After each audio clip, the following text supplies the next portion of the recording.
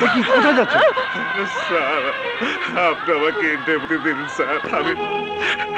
আমি একজন MA first class পাওয়া ছাত্র। MA first class? হ্যাঁ স্যার, হ্যাঁ। স্ট্রেঞ্জ, এত মেধাবী এত ট্যালেন্ট ছাত্র হয়ে ইন্টারভিউ দিতে না পেরে আপনি অবশেষের মতো কাঁদছেন। এই চাকরি না হলে অন্য চাকরি হবে, আপনি তো আরো বড় চাকরি পাবেন। না স্যার না, যোগ্যতা থাকার পরেও চাকরি না পাওয়ার কষ্ট যে কি, বছরের পর বছর চাকরির জন্য আবেদন করে আমি তা বুঝতে পেরেছি। জীবনের এই প্রথম ইন্টারভিউ কার্ড পেয়েছি, তাই আজ ইন্টারভিউ দেওয়ার সুযোগ পেলে আমি চাকরিটা পাবো স্যার।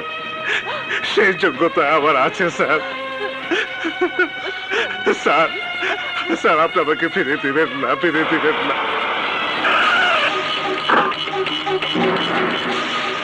সত্যি আমি আপনার জন্য অনুতপ্ত, কিন্তু অফিসের নিয়ম ভেঙে আমি কিছু করতে পারবো না।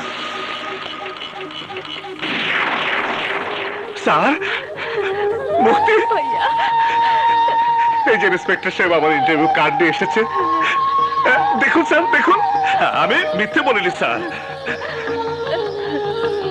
ইন্সপেক্টর সাহেব, আপনি ইন্টারভিউ কার্ড নিয়ে এসে আমার জীবনের সবচেয়ে বড় উপকার করলেন। দিন ইন্সপেক্টর সাহেব, দিন, আমার স্যারের হাতে দিন, দিন ইন্সপেক্টর, দিন। দেব, তবে প্রমাণের জন্য আদালতে। You are under arrest. আপনি কি বলছেন? এই ইন্টারভিউ কার্ডের জন্য আমাকে ইন্টারভিউ দিতে দিচ্ছে না? আপনি কি না? তুমি শুধু একজন খুনিই নও, ভালো একজন অভিনেতাও বটে। তাই তো শিমুলতলির শিমুল প্লাজা মার্কেটের সামনে রাজা গুন্ডাকে খুন করে চমৎকার অভিনয় করছো। আমি কিছুই জানি না। তুমি কি ভেবেছো আমাকে আমি বোকা যে তোমার কথা বিশ্বাস করব? এই পোশাকে এই অবস্থায় কেউ কি কোনোদিন চাকরি ইন্টারভিউ দিতে আসে? ইন্সপেক্টর সাহেব, ইন্টারভিউ কার্ড না পেয়ে দিশারা হয়ে খুঁজতে গিয়ে ওই গাছের সাথে মাথা আঘাত লেগেছে, আর ওই তার কাটা শার্ট ছিঁড়েছে। কাউকে খুন করতে গিয়ে আমার এই অবস্থা হয়নি, বিশ্বাস করুন। এসব মায়াকান্নায় কোনো লাভ হবে না, কারণ নিহত রাজা গুন্ডার ভাই অনেক বড় নেতা। তাই আইন তোমাকে ক্ষমা করলেও তার হাত থেকে তুমি রেহাই পাবে না। আমার ভাইকে যে খুন করেছে, আমি তাকে খুন করে তার পোস্টমর্টম করতে দেব না। খুনের বদলে খুন, রক্তের বদলে রক্ত।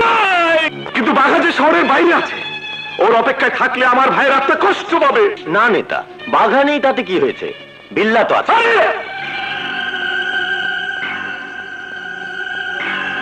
হ্যাঁ, বিল্লাকে শিমুলতলিতে পাঠিয়ে ওই খুনির বংশশুদ্ধ নির্বংশ করে দেওয়ার ব্যবস্থা কর।